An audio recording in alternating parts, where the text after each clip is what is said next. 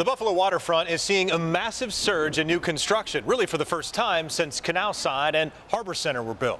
But once built, most of the apartments to come to some of the most valuable real estate in Western New York will be subsidized. 2 new housing projects are now underway, with a third almost ready to start. Most of the cost of one of them, a $225 million project at the North Odd Block housing project, is coming from the state. That means 3/4 of the 251 apartments in that building will be designated as affordable housing. That means 64 are just planned to be market rate. And critics say that is out of balance. They say more market rate housing downtown will go a much longer way to actually stimulating the city's economy, mostly because people who live there at market rates have more disposable income. We're now joined by former Republican Congressman and the president of Buffalo-based real estate firm Avalon Development, Chris Jacobs. Chris, thank you for being here. Thanks for having me. I want you to explain kind of your involvement in this. You've been kind of looking into this a little bit. Yeah, well, I'm a downtown developer, not in Canal Side, but in the theater district more. And I sit on the board of Buffalo Place, which is the nonprofit entity that tries to help keep downtown vibrant. And a person mentioned to me that the project at the Odd Block had changed to be pretty dramatically in the ratio between market rate and low-income housing. And I said, no, that's not the case. He said, it's 25% affordable and 75% market rate. And the person said, no, you changed it. And I asked around a lot of people who are owners down there, the folks from the Golisano Institute, the Benderson development, who did one of the first developments down there. None of them were aware of this change. And my view is this is a big enough project with such substantial public money that it should be talked and discussed if this is the best way to do it. And we're talking about tripling the amount of public subsidy that's going into this project. We're upwards, I believe, close to $1 million per unit. The question would be $180 million in public taxpayer money just for this one project. Is this a responsible expenditure of this kind of money? You could build a lot of homes in neighborhoods and provide home ownership opportunities versus this.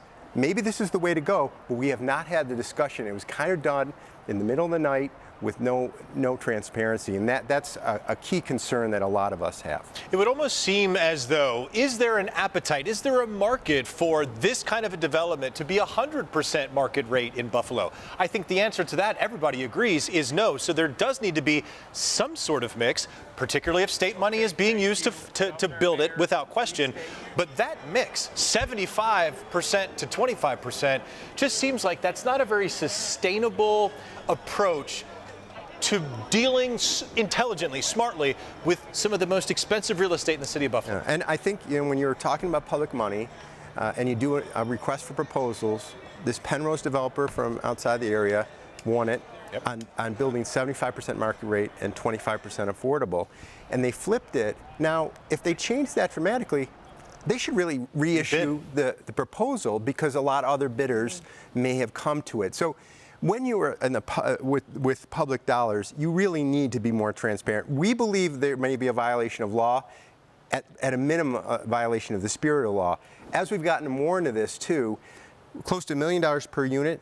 I also, when you run through the numbers with government grants, the tax credits they're getting, and the low interest loans, this developer is walking out having no money in this project and walking away with probably $30 million in developer fees. Wow. So there's a lot that we need to discuss here, and this is we got to get this right. It's a key prime parcel here in downtown Buffalo.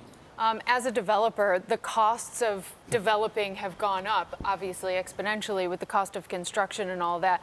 Are you seeing more developers wanting to go toward that route of getting more state tax dollars toward their projects and going more the affordable housing route because of that? There's a lot of government money out there from Albany, and affordable housing is an issue. And I'm a person, I worked for the Department of Housing and Urban Development. I worked in low-income communities in my first jobs. I believe strongly in providing people needs great opportunities. But I'm more on the side of providing home ownership opportunities. I think putting hundreds of low-income people on top of one another hasn't really worked. We've seen a lot of failures in that. I don't know why we would think this suddenly will be so great when we haven't seen that many examples elsewhere. Is it the approach that we don't think there's enough people to actually fill these apartments or condos at the market rate, and so it has to be affordable housing? Is that the only way to get a really nice development in downtown Buffalo, in the city, within the corporate limits? We have a good amount of market rate. Look, right? we're coming still out of the COVID era, and downtown is finally starting to get back on its feet. And you know, a year from now, things may be a lot different.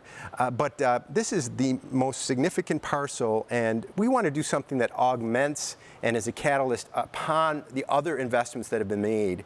And what I don't want to see is something that will actually blunt all the good work we've done. And we're talking about so much public money. It really merits a more broad-based, transparent discussion. Yeah. Do you think, you said before that you might take some kind of an approach because you believe there's some legal ramifications here? Do you think this group is going to do something in protest of the We're city? not sure. We do think there's a secret law, the environmental law. We do believe when you substantially change a project, you need to go back to public hearings. That's not been done. I would hope the public officials would say, we need to do the right thing so everybody believes this was on the up and up. This is such a sweetheart deal for this developer, it's easy to be a skeptic.